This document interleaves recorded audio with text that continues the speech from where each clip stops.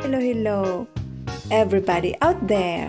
Welcome again to our channel altogether. Today we're going to prepare a juice, a homemade juice from the tree direct to the kitchen into the bottle. We will harvest cherries and berries.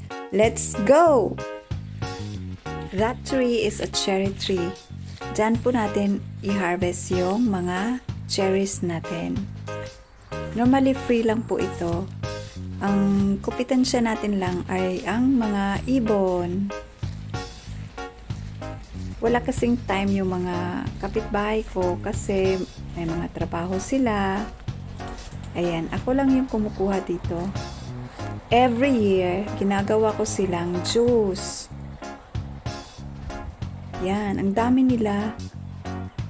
Ang dami pong cherries. This cherry is a sweet sour cherry. Yan i-harvest natin. Pero magtira tayo para sa ating ibon. After that, pupunta naman tayo doon sa mga berries. Doon tayo mag-harvest ng berries. From the tree to the kitchen to the bottles.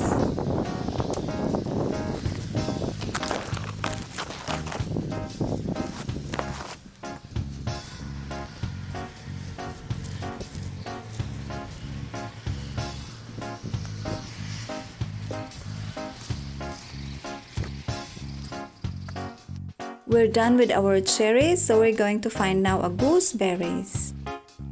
Let's go! So, in this area, we will find a bush of gooseberries. Here. Yan po ang gooseberries. We called it here in Germany as a Stachelberries. Stachelberries. Meron po siyang mga tinik. Maliliit na tinik. Yan. And this is also a sour berries. It's a good combination for our cherry. Now we are done with the cherry sweets and sour, and we mixed it with the stachelberry and the sweet cherries.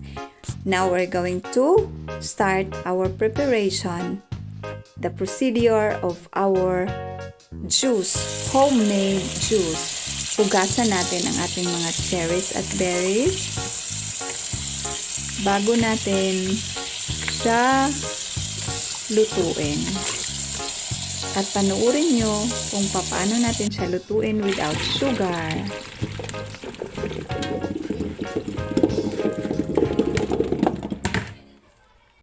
So before we proceed to our next procedure or steps, we have to prepare our things that we need for cooking. We need a plastic, a strainer, a pot, a bottle, and a funnel. Yan yung kailangan natin para makagawa tayo ng juice ngayon without using any machine.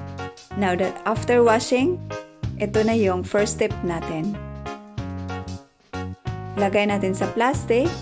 We have to press our cherries and berries inside the plastic. Kasi wala tayong machine. Yan. Bumalik tayo sa kapanahunan ng Middle Age. Yan, nakagawa sila ng mga juice, na preserve nila yung juice without using any machine and a sugar and any chemicals. Yan. Madalas ginagamit na chemical para magawa ng juice or marmalade, yung tinatawag natin pectin. Yan, pectin yung nilalagay kasama sa sugar para ma-preserve yung mga juice at mga marmalade. Pero dito, wala tayong ilalagay na sugar.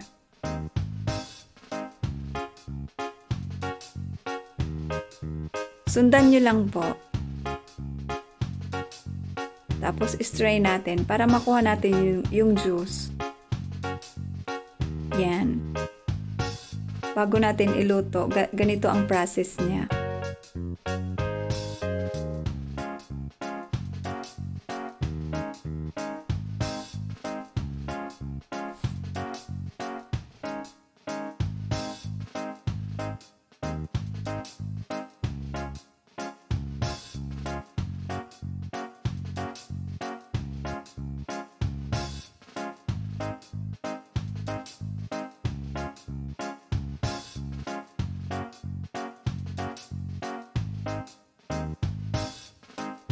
Yan, ito na yung juice natin.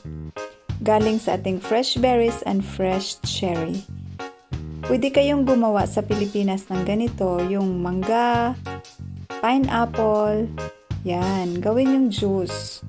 Ang ating mga mangga, mga tropical fruits po.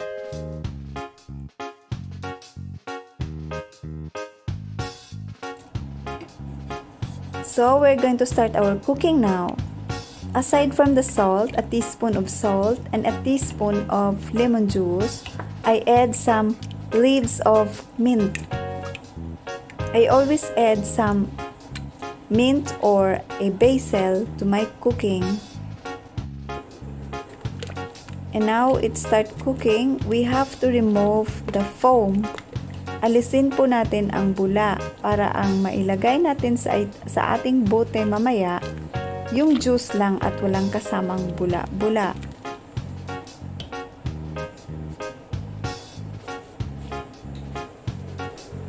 We will cook our juice 30 minutes in this pot, and then we will transfer it into the bottle, and then we will cook again.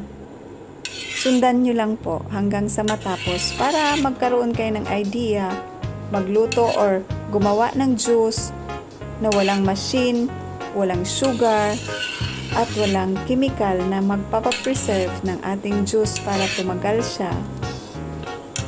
Yan. Alisin ang mga bula because we don't need it to the bottle.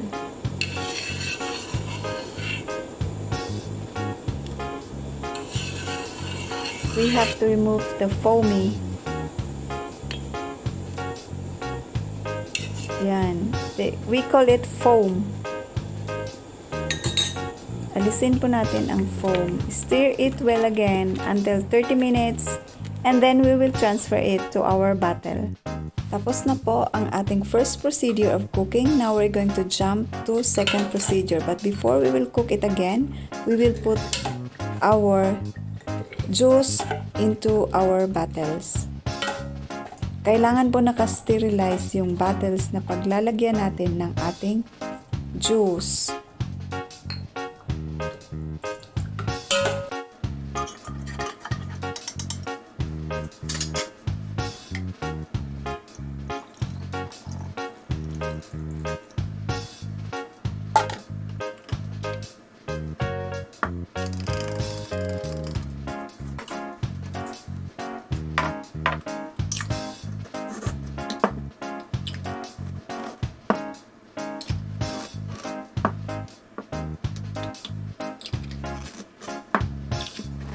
Ito na yung bottle juice natin. I-tuck in natin siya, i-wrap around ng cloth para hindi po sumasayaw sa loob ng kaldero na maging sanhi ng pagkabasag ng ating mga bote. We'll put our bottles inside the pot with water. Within 30 minutes, lutuin na naman natin siya, ang ating bottle juice.